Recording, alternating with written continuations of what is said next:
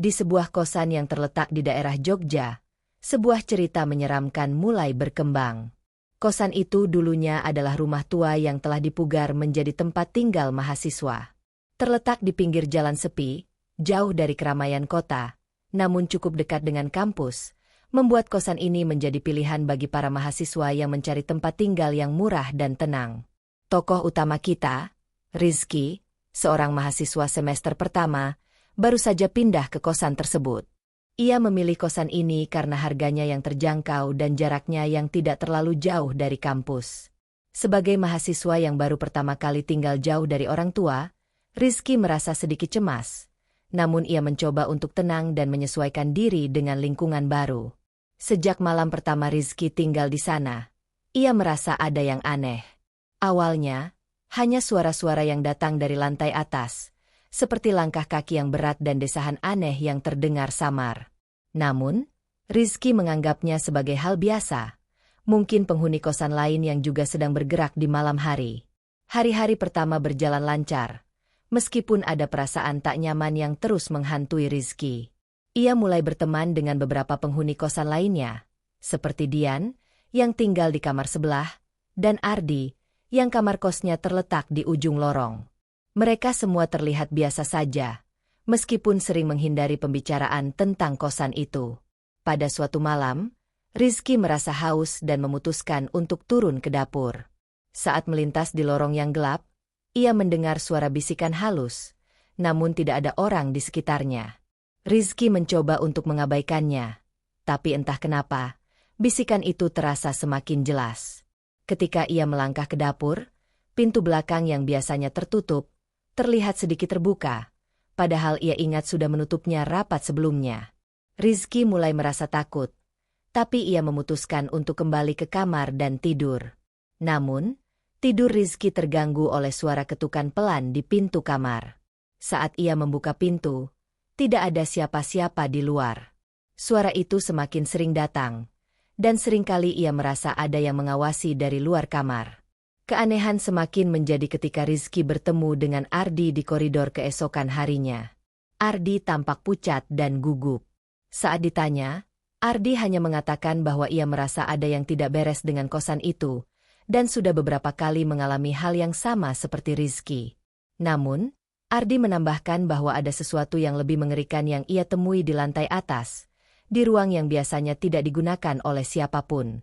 Dengan rasa penasaran yang semakin membesar, Rizky memutuskan untuk mencari tahu lebih jauh. Di malam hari, ia menyusuri lorong yang gelap dan diam-diam menaiki tangga menuju lantai atas. Di sana, ia menemukan pintu yang terkunci rapat. Ia merasa ada sesuatu yang menariknya untuk membuka pintu tersebut. Saat Rizky berhasil membuka pintu, ia terkejut melihat sebuah ruangan yang gelap dan berdebu, dengan beberapa barang lama yang berserakan di sekitar lantai. Namun, di sudut ruangan, ia melihat sesuatu yang aneh, sebuah cermin besar yang tampaknya sudah sangat tua. Cermin itu memantulkan gambar yang berbeda dari ruangan tersebut. Gambar yang tidak ada di dunia nyata. Pikiran Rizky mulai kacau. Apa yang sebenarnya terjadi di kosan ini? Siapa yang sebenarnya menghuni tempat ini sebelum mereka? Kisah ini, tampaknya, baru saja dimulai. Rizky tertegun. Matanya tak lepas dari cermin besar yang aneh itu. Ia merasa seperti ada yang mengawasinya dari balik kaca. Rasa takut semakin menggerogoti hatinya. Sebuah bayangan samar mulai muncul di cermin. Seorang wanita dengan wajah yang tak bisa dikenali. Matanya kosong dan kosong. Tubuh wanita itu tampak terbungkus kain putih yang compang-camping, seolah-olah baru keluar dari kubur. Rizky mundur perlahan, tapi langkahnya terhenti saat pintu ruangan itu tiba-tiba tertutup dengan keras. Suara keras itu membuat tubuhnya terkejut, dan keringat dingin mulai membasahi dahinya. Ia mencoba membuka pintu, tapi terkunci rapat. Di balik pintu, ia mendengar bisikan yang semakin jelas, semakin menggema dalam kegelapan. Keluar. Keluar dari sini. Jangan tinggal di sini. Suara itu terdengar seperti desahan seorang wanita yang sedang berjuang, namun penuh dengan rasa kebencian. Dengan hati berdegup kencang, Rizky berusaha untuk tetap tenang. Ia merogoh sakunya dan mengeluarkan ponsel, berharap bisa menelepon seseorang. Namun, layar ponsel tiba-tiba gelap, meskipun baterainya penuh. Keputusasaannya semakin dalam, dan ketakutan yang menguasai dirinya membuatnya hampir kehilangan akal. Dalam sekejap, ruangan itu terasa semakin dingin. Udara di sekitarnya mulai terasa berat, seakan-akan ada tekanan yang datang dari segala arah. Rizky mencoba untuk berteriak, berharap seseorang mendengar, tetapi suaranya terkubur dalam keheningan yang mencekam. Ia merasa seolah-olah terjebak dalam ruang yang tak bisa keluar, dan bayangan wanita di cermin semakin mendekat. Tiba-tiba, dia mendengar suara langkah kaki di belakangnya, semakin mendekat. Rizky menoleh, namun tak ada siapa-siapa. Hanya udara dingin yang menusuk dan kelembaban yang makin terasa. Tapi suara itu semakin jelas, semakin nyata. Langkah-langkah berat itu menggema di lantai kayu yang usang, menggetarkan seluruh tubuhnya. Rizky menoleh lagi dan melihat sesuatu yang jauh lebih mengerikan dari bayangan wanita itu. Dari balik kegelapan, sebuah tangan terulur perlahan-lahan. Tangan yang panjang dan kurus, dengan kulit yang pucat, tampak keluar dari cermin, merambat dengan gerakan yang terputus-putus. Rizky ingin berteriak, tapi tak ada suara yang keluar. Ia terdiam, tak tahu harus berbuat apa. Tangan itu semakin mendekat, semakin meraih tubuhnya. Rizky mencoba menghindar, tapi tubuhnya seolah kaku, tak mampu bergerak. Ada kekuatan yang mengikatnya, membuatnya tak bisa melawan. Bayangan itu mulai mengambil bentuk, muncul perlahan dari dalam cermin, sebuah sosok wanita berkulit pucat, rambut panjang yang kusut, dan wajah yang begitu penuh kebencian. Matanya melotot dengan penuh amarah. Tak peduli seberapa keras Rizky berusaha melawan. "Tinggalkan kosan ini, atau kamu akan menjadi bagian dari kami." Suara itu bergema dalam kepalanya, menembus pikirannya dengan keras. Rizky merasa tubuhnya lemas. Seluruh tubuhnya terasa dingin seperti dibekukan. Ia ingin berlari, ingin melarikan diri, tetapi langkahnya terasa berat. Sosok itu semakin mendekat.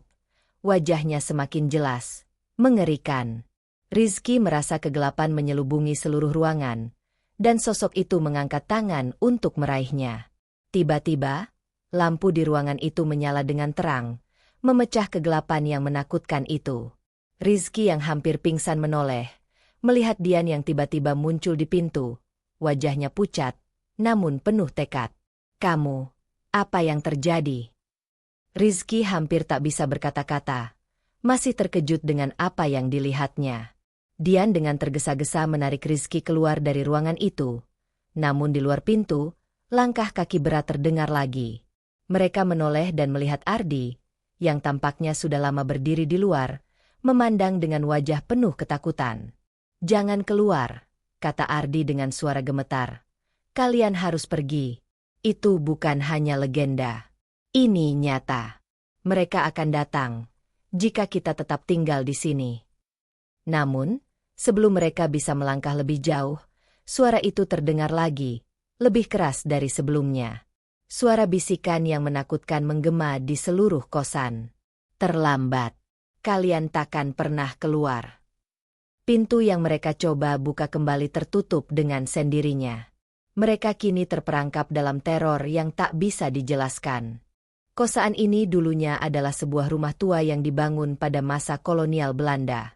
Bangunan besar dengan desain klasik itu berdiri di tengah lahan luas yang dulunya dimiliki oleh seorang tuan tanah kaya. Rumah tersebut dihiasi dengan arsitektur megah dan berornamen, tetapi ada sesuatu yang terasa aneh sejak awal. Tak ada yang tahu pasti, namun beberapa cerita mulai berkembang di kalangan warga sekitar tentang sesuatu yang tak terlihat, yang selalu mengawasi. Pada tahun 1940-an, saat Indonesia masih dalam pergolakan besar, rumah ini menjadi tempat tinggal keluarga seorang pejabat militer Belanda yang terlibat dalam pengawasan dan penindasan terhadap warga pribumi. Selama bertahun-tahun, rumah itu menjadi saksi bisu dari berbagai peristiwa kelam yang terjadi di masa-masa sulit tersebut. Beberapa laporan menceritakan tentang penyiksaan dan eksekusi terhadap mereka yang dianggap sebagai pemberontak. Suara jeritan dan tangisan sering terdengar pada malam hari, datang dari ruang bawah tanah yang tertutup rapat dan tidak pernah ada yang berani membuka pintunya. Ketika kemerdekaan akhirnya tercapai, rumah itu sempat menjadi tempat tinggal beberapa keluarga, namun tak ada yang bisa bertahan lebih dari beberapa bulan. Setiap penghuni baru selalu melaporkan hal-hal aneh yang terjadi, suara bisikan di malam hari, pintu yang terbuka sendiri, dan bahkan penampakan wajah yang muncul di cermin tanpa ada siapa-siapa di sekitarnya. Di luar itu, penghuni yang lebih sensitif merasa seperti ada yang mengawasi setiap gerakan mereka, seolah-olah rumah itu hidup dan ingin mereka tetap tinggal. Pada awal tahun 1960-an, rumah itu akhirnya dibeli oleh seorang pengusaha yang memutuskan untuk mengubahnya menjadi tempat kos bagi mahasiswa. Pengusaha tersebut merasa bahwa rumah itu bisa dimanfaatkan dengan baik sebagai tempat tinggal, meskipun harga sewa yang ditawarkan sangat murah. Namun, saat pertama kali mengizinkan mahasiswa untuk tinggal, kejadian-kejadian aneh mulai terjadi lagi. Beberapa penghuni mengaku melihat bayangan wanita berpakaian putih yang melayang di lorong, dan ada yang mendengar suara langkah kaki berat yang mengikuti mereka di malam hari. Pengusaha yang memiliki kosan itu awalnya tidak mempercayai cerita-cerita tersebut dan menganggapnya hanya tahayul. Namun, ketika dia sendiri mulai merasakan kejadian aneh, seperti merasakan kehadiran seseorang di dekatnya, meskipun tak ada orang di sana, ia mulai ragu. Suatu malam, ia memutuskan untuk mencari tahu lebih lanjut dan menyusuri seluruh lantai atas, yang selama ini jarang digunakan. Di sana, ia menemukan ruang yang terkunci rapat, yang konon katanya adalah kamar milik seorang penghuni lama yang hilang tanpa jejak. Ketika pintu ruang itu dibuka, pengusaha itu menemukan sebuah buku tua yang penuh dengan tulisan tangan yang berisi kisah-kisah mengerikan tentang pembunuhan, pengkhianatan, dan penderitaan yang dialami oleh penghuni rumah ini di masa lalu. Ternyata, rumah ini bukan hanya tempat tinggal bagi keluarga pejabat militer Belanda, tetapi juga menjadi saksi dari kejahatan-kejahatan yang tak terungkapkan selama bertahun-tahun. Buku itu mengungkapkan bahwa rumah ini telah menjadi tempat teror sejak zaman penjajahan, tempat di mana roh-roh mereka yang dibunuh, disiksa, dan dikhianati terperangkap, tidak bisa pergi. Setelah penemuan itu, penghuni kosan mulai merasakan teror yang lebih nyata. Beberapa mahasiswa melaporkan mengalami halusinasi, melihat sosok-sosok yang tidak dikenal, atau mendengar suara-suara aneh di dalam kamar mereka. Mereka juga mulai merasakan perasaan cemas yang berat, seperti ada yang mengawasi mereka dari sudut ruangan. Tidak jarang, penghuni yang tidur sendirian merasa seperti terbangun di tengah malam dengan seseorang berdiri di dekat tempat tidur mereka, hanya untuk mendapati bahwa tidak ada siapa-siapa. Kosan ini menjadi lebih terkenal di kalangan mahasiswa dan warga sekitar sebagai tempat yang angker, dan meskipun banyak yang memilih untuk tetap tinggal karena harganya yang murah, tidak sedikit pula yang mengungsi setelah beberapa malam. Namun, rumah itu tampaknya tidak pernah benar-benar kosong. Mereka yang bertahan selalu merasa ada yang tinggal di dalam, sesuatu yang tak terlihat namun selalu hadir, menunggu dengan sabar untuk menambah satu lagi jiwa yang terperangkap dalam kegelapannya. Pemilik kosan, Pak Santoso, adalah seorang pria parubaya yang dikenal sebagai penganut kejawen yang cukup teguh. Ia sering terlihat mengenakan pakaian tradisional Jawa dengan ikat kepala yang khas. Walaupun kosan tersebut sudah lama berubah menjadi tempat tinggal bagi mahasiswa, Pak Santoso tetap menjaga adat dan kepercayaan leluhurnya dengan sangat ketat. Di mata para penghuni, Pak Santoso bukan hanya pemilik kosan, tetapi juga semacam penjaga yang memiliki pengetahuan tentang kekuatan gaib dan spiritualitas. Pak Santoso mewarisi ilmu kejawen dari leluhurnya, yang juga dikenal sebagai seorang dukun di desa asalnya. Ilmu tersebut mengajarkan tentang keseimbangan antara dunia nyata dan dunia gaib, serta bagaimana menjaga dan merawat keduanya agar tetap harmonis. Namun, semakin lama, Pak Santoso mulai merasa bahwa kosan yang ia kelola bukan sekadar tempat tinggal biasa. Ada sesuatu yang lebih besar dan lebih gelap yang menguasai rumah itu, sesuatu yang tidak bisa dijelaskan dengan logika biasa. Suatu malam, setelah mendengar beberapa laporan dari penghuni kosan yang mengeluhkan kejadian-kejadian aneh yang semakin sering terjadi, Pak Santoso memutuskan untuk mencari tahu lebih dalam. Ia tahu bahwa kekuatan gaib yang mengintai kosan itu bukanlah sekadar halusinasi, tetapi sebuah kenyataan yang sangat nyata. Dengan membawa beberapa perlengkapan spiritual, seperti minyak tawon, kemenyan, dan sesaji, Pak Santoso memasuki ruangan terkunci yang selama ini dibiarkan terlupakan. Setelah mengucap doa dan mantra-mantra dalam bahasa Jawa kuno, Pak Santoso membuka pintu ruangan yang selama ini terkunci rapat. Begitu pintu terbuka, udara yang berat dan dingin langsung menyergapnya. Di dalam ruangan itu, Pak Santoso menemukan benda-benda yang tak pernah ia lihat sebelumnya. Benda-benda antik yang tampaknya memiliki aura kuat. Ada beberapa patung dewa yang terbuat dari batu hitam, serta sebuah kotak kayu besar yang tertutup dengan kain hitam. Kotak itu terasa sangat berat, seolah-olah mengandung sesuatu yang sangat berbahaya. Pak Santoso tahu bahwa ruangan itu tidak bisa sembarangan dibuka. Dalam tradisi kejawen, ada tempat-tempat tertentu yang dianggap sebagai pintu gerbang ke dunia lain, dunia yang dipenuhi oleh roh-roh penasaran yang tak pernah tenang. Salah satunya adalah kosan ini.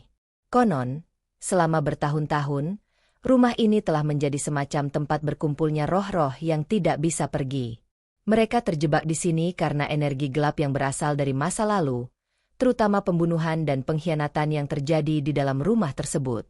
Pak Santoso memutuskan untuk melakukan ritual besar untuk menutup pintu gerbang tersebut, meskipun ia tahu risiko yang akan dihadapi. Dengan bantuan beberapa sesepuh kejawen dan beberapa penghuni kosan yang telah mengenal adat ini, ia memulai prosesi yang mengharuskan mereka untuk duduk dalam posisi tertentu, memfokuskan energi mereka pada satu titik, dan membakar kemenyan dalam jumlah besar. Namun, saat ritual berlangsung, sebuah suara keras tiba-tiba terdengar dari lantai atas. Sebuah suara seperti teriakan menahan sakit yang datang dari dalam tembok. Semua orang yang terlibat dalam ritual itu merasa tubuh mereka gemetar, seakan-akan ada sesuatu yang mengamuk di dalam rumah itu. Pak Santoso melanjutkan mantranya, tetapi sesuatu yang sangat kuat menghalangi prosesi itu. Jangan coba menutup kami. Kami tidak bisa pergi. Kami akan menguasai tempat ini. Suara itu terdengar begitu keras, seolah-olah datang langsung dari dalam tubuh mereka. Para penghuni kosan yang menyaksikan ritual itu mulai panik. Beberapa dari mereka merasa pusing, dan ada yang mulai muntah darah. Pak Santoso pun merasa bahwa ia mulai kehilangan kendali. Saat itulah, dari dalam kotak kayu besar yang ditemukan di dalam ruangan terkunci, sebuah cahaya merah terang mulai keluar, menerangi seluruh ruang.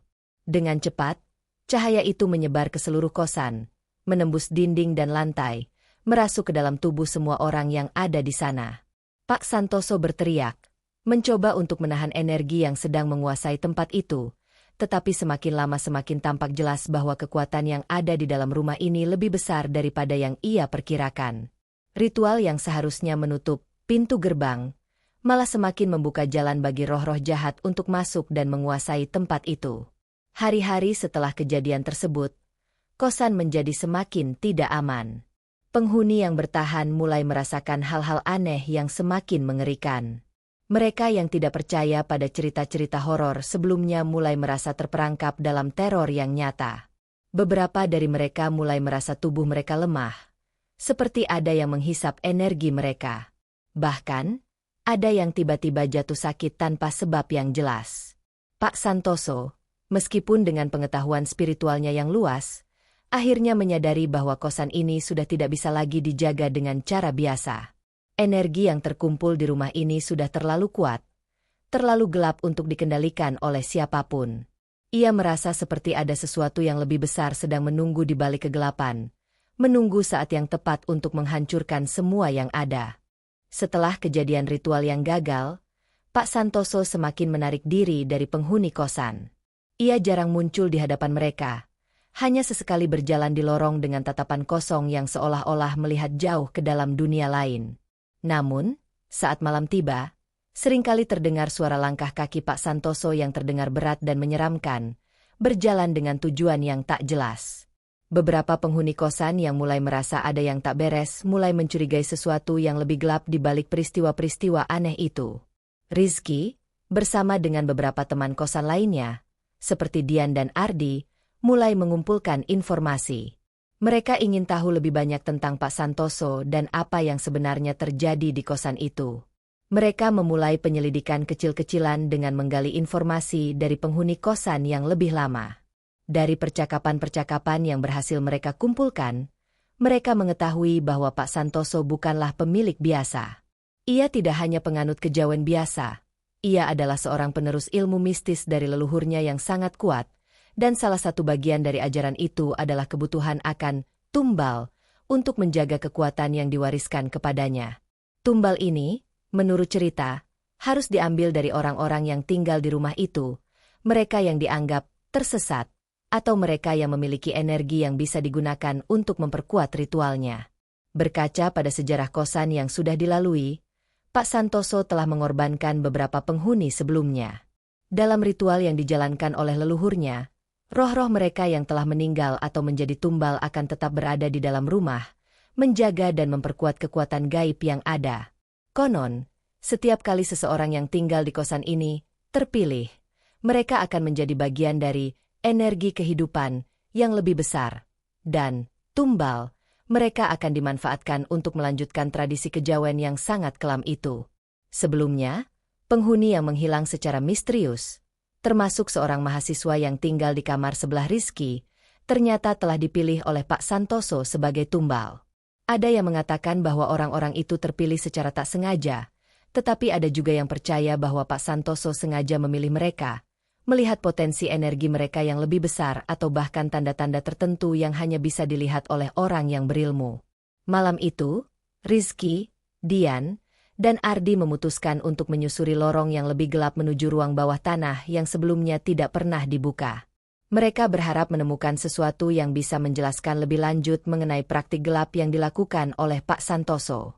Dengan hati berdebar-debar, mereka memasuki ruang yang terletak di bawah lantai kosan, yang sudah lama tidak digunakan. Suasana di ruang itu begitu mencekam, dengan bau lembab yang tajam dan udara yang terasa dingin. Di sana, mereka menemukan sebuah altar kuno yang tersembunyi di sudut ruangan, dikelilingi oleh lilin-lilin yang sudah hampir habis. Di atas altar itu tergeletak sebuah buku besar yang sudah sangat usang, dengan tulisan Jawa kuno yang tak mereka pahami sepenuhnya. Rizky memberanikan diri untuk membuka buku itu dan menemukan sebuah ritual yang menggambarkan bagaimana seseorang harus dipilih dan dikorbankan untuk meningkatkan kekuatan roh dalam kosan. Ritual tersebut tidak hanya mengandung mantra-mantra yang menakutkan, tetapi juga gambaran tentang sosok-sosok yang telah tergabung dengan kekuatan kosan yang selamanya terperangkap di dalamnya. Tiba-tiba, suara berat terdengar dari belakang mereka. Rizky, Dian, dan Ardi menoleh, dan melihat Pak Santoso berdiri di pintu, dengan wajah yang kini tampak lebih tua, lebih keriput, dan penuh dengan ekspresi yang tak bisa diungkapkan. Di tangannya, ia memegang sebuah pisau besar yang berkilauan di bawah cahaya lilin. "Kalian terlalu jauh." Suara Pak Santoso terdengar datar, namun penuh ancaman. "Ini bukan tempat kalian. Kalian tidak mengerti apa yang kalian coba buka." Rizky dan teman-temannya merasa tubuh mereka terikat oleh semacam kekuatan yang tak tampak. Seakan-akan mereka terjebak dalam jaringan gaib yang tak bisa mereka lepas. Pak Santoso melangkah maju, membawa pisau itu semakin dekat. Wajahnya menunjukkan rasa keteguhan, seolah-olah apa yang akan dia lakukan adalah bagian dari takdir yang tidak bisa ditentang. Namun, sebelum Pak Santoso bisa melakukan lebih banyak, suara gemuruh terdengar keras dari dalam tanah, seakan seluruh bangunan bergetar. Para penghuni kosan yang lain mulai terbangun, melihat keluar jendela dan mendapati cahaya aneh yang muncul dari dalam kosan, bercampur dengan suara jeritan dan teriakan yang datang entah dari mana.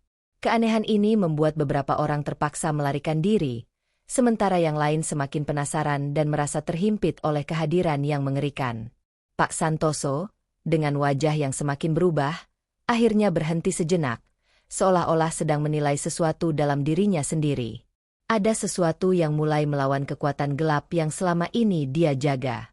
Beberapa penghuni kosan yang merasa terjebak di dalam rumah itu mulai sadar bahwa mereka bukan hanya sekadar penghuni biasa. Mereka telah terjerat dalam permainan kekuatan yang lebih besar, lebih berbahaya, dan mungkin sudah terlambat untuk menyelamatkan diri. Ketegangan semakin memuncak. Rizky dan teman-temannya merasa tubuh mereka semakin lemas oleh kekuatan gaib yang menjerat mereka. Pak Santoso, yang kini tampak seperti sosok yang lebih menyeramkan dari sebelumnya, mulai bergerak maju dengan pisau besar di tangan, senyum dingin terukir di wajahnya. Di balik mata yang kini merah membara, ada kilatan kegilaan yang jelas terlihat. Namun, di saat itulah sesuatu yang tak terduga terjadi. Dian, yang sebelumnya hanya terdiam ketakutan, mendapati sebuah simbol kuno yang terpahat di dinding ruang bawah tanah. Sebuah simbol yang tidak mereka pahami, tapi seakan memberikan semacam perasaan bahwa ini adalah kunci untuk menghentikan semua teror yang terjadi. Tanpa berpikir panjang, Dian berlari menuju simbol itu dan menyentuhnya. Begitu jari Dian menyentuh dinding, gemuruh keras terdengar di seluruh ruangan. Tiba-tiba, cahaya putih menyelimuti seluruh ruang bawah tanah, membuat Pak Santoso terhenti sejenak. Wajahnya berubah menjadi bingung dan panik. Rizky dan Ardi merasakan energi yang tak terlihat mulai mengalir dalam tubuh mereka. Seakan-akan ada kekuatan baru yang memberi mereka keberanian untuk melawan. Pak Santoso mulai berteriak. Suaranya terdengar seperti menjerit kesakitan saat kekuatan gelap yang selama ini ia pelihara mulai melawan dirinya. Kalian tidak bisa menghentikan ini. Kalian tidak bisa melawan apa yang telah lama terikat di sini. Teriaknya, tetapi tubuhnya mulai bergetar, seolah-olah kekuatan yang ada di dalam kosan itu mulai memakannya hidup-hidup. Cahaya putih yang menyelimuti mereka semakin membesar, dan Pak Santoso, yang sebelumnya tampak begitu berkuasa, kini terhimpit oleh energi yang tak bisa ia kontrol. Dengan gerakan yang cepat, Rizky mengambil kesempatan untuk meraih pisau besar di tangan Pak Santoso, yang terasa semakin ringan. Seakan-akan kekuatan yang menguasai tubuhnya melemah saat Pak Santoso mulai kehilangan kendali. Dari sini, kamu tidak bisa kembali, Rizky berkata dengan suara tegas, meskipun hatinya berdebar kencang. Tanpa menunggu lagi, Rizky menendang tubuh Pak Santoso, membuatnya terjatuh ke lantai. Dalam sekejap, semua yang ada di sekitar mereka terasa begitu sunyi. Tak ada lagi suara langkah kaki, tak ada lagi bisikan halus yang menggema di telinga mereka. Namun, tiba-tiba, rumah itu bergetar hebat. Suara keras terdengar, seperti gemuruh petir yang mengguncang seluruh bangunan. Semua penghuni kosan yang tersisa berlari keluar, tapi tak ada tempat yang aman. Lantai kosan mulai retak, dinding-dindingnya pecah, dan api mulai muncul dari bawah tanah, membakar setiap inci ruangan. Kosan yang sudah lama terjerat dalam energi gelap itu akhirnya terbakar habis, seakan menghapus semua kenangan buruk yang pernah ada di dalamnya. Pak Santoso, yang kini tergeletak tak berdaya di lantai, hanya bisa menatap dengan mata yang kosong. Tanpa kekuatan lagi, ia tak bisa berbuat apa-apa. Api yang mulai menghanguskan tubuhnya perlahan, melahapnya hingga tak tersisa. Teriakan terakhir yang keluar dari mulutnya bergema di seluruh kosan. Namun suara itu semakin redup seiring api yang semakin besar. Rizky dan teman-temannya berlari keluar dari kosan yang terbakar. Tubuh mereka gemetar, terengah-engah. Api itu semakin melahap semua yang ada, dan dalam sekejap, bangunan kosan yang dulu tampak kokoh itu hanya tersisa puing-puing dan asap pekat yang memenuhi langit malam. Di luar, mereka melihat kosan yang sudah terbakar habis. Api yang membara seperti sebuah peringatan bahwa tidak ada yang bisa menahan kekuatan yang lebih besar dari yang mereka pahami. Di tengah kerumunan yang mengamati, hanya ada kesunyian yang mencekam. Mereka yang pernah tinggal di sana, kini hanya mengenang tempat itu sebagai sebuah rumah yang telah mengakhiri kisah kelamnya. Namun, ketika Rizky menoleh sekali lagi ke arah puing-puing kosan, sesuatu yang aneh terjadi. Dari tengah asap yang membubung, sebuah sosok bayangan muncul, samar-samar, di balik api yang berkobar. Sebuah wajah yang sangat familiar, wajah Pak Santoso, yang kini tidak lebih dari siluet gelap, tampak mengawasi mereka dari kejauhan. Di dalam hati Rizky, sebuah pertanyaan muncul, apakah benar semuanya sudah berakhir? Namun, jawaban itu, sepertinya, hanya akan ditemukan dengan waktu. Kisah ini mengingatkan kita bahwa kadang-kadang, kekuatan yang kita hadapi tidak selalu dapat dijelaskan dengan logika atau akal sehat. Ada hal-hal yang jauh lebih besar dari apa yang kita ketahui, dan kadang, ketakutan kita datang dari sesuatu yang sangat dalam dan tersembunyi. Namun, meskipun ada kegelapan yang mengintai, kita selalu diberi kekuatan untuk melawan, untuk mengubah takdir dan menghapus jejak-jejak kelam dari masa lalu. Keberanian dalam menghadapi ketakutan adalah kunci untuk membuka pintu kebebasan, dan tak ada yang bisa menahan kita jika kita bersatu dan berjuang dengan hati yang ikhlas. Ayat Al-Quran. Sesungguhnya Allah tidak akan mengubah keadaan suatu kaum sebelum mereka mengubah keadaan yang ada pada diri mereka sendiri. Quran Surat Ar-Ra'd 11. Ayat ini mengajarkan kita bahwa perubahan dimulai dari dalam diri kita. Untuk mengatasi kegelapan dan tantangan hidup, kita harus berani untuk berubah, untuk menghadapi ketakutan kita, dan untuk berusaha memperbaiki diri.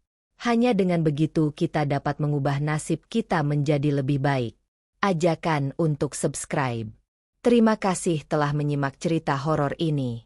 Jika kalian menikmati kisah ini dan ingin mendengarkan lebih banyak cerita seram lainnya, jangan lupa untuk subscribe channel Gudang Cerita Official. Dengan berlangganan, kalian akan selalu mendapatkan cerita-cerita menarik dan penuh kejutan lainnya. Jangan lupa untuk menekan tombol notifikasi agar kalian tidak ketinggalan cerita-cerita terbaru. Jangan biarkan ketakutan menghalangi perjalanan kita. Mari bersama-sama menggali kisah-kisah yang penuh misteri.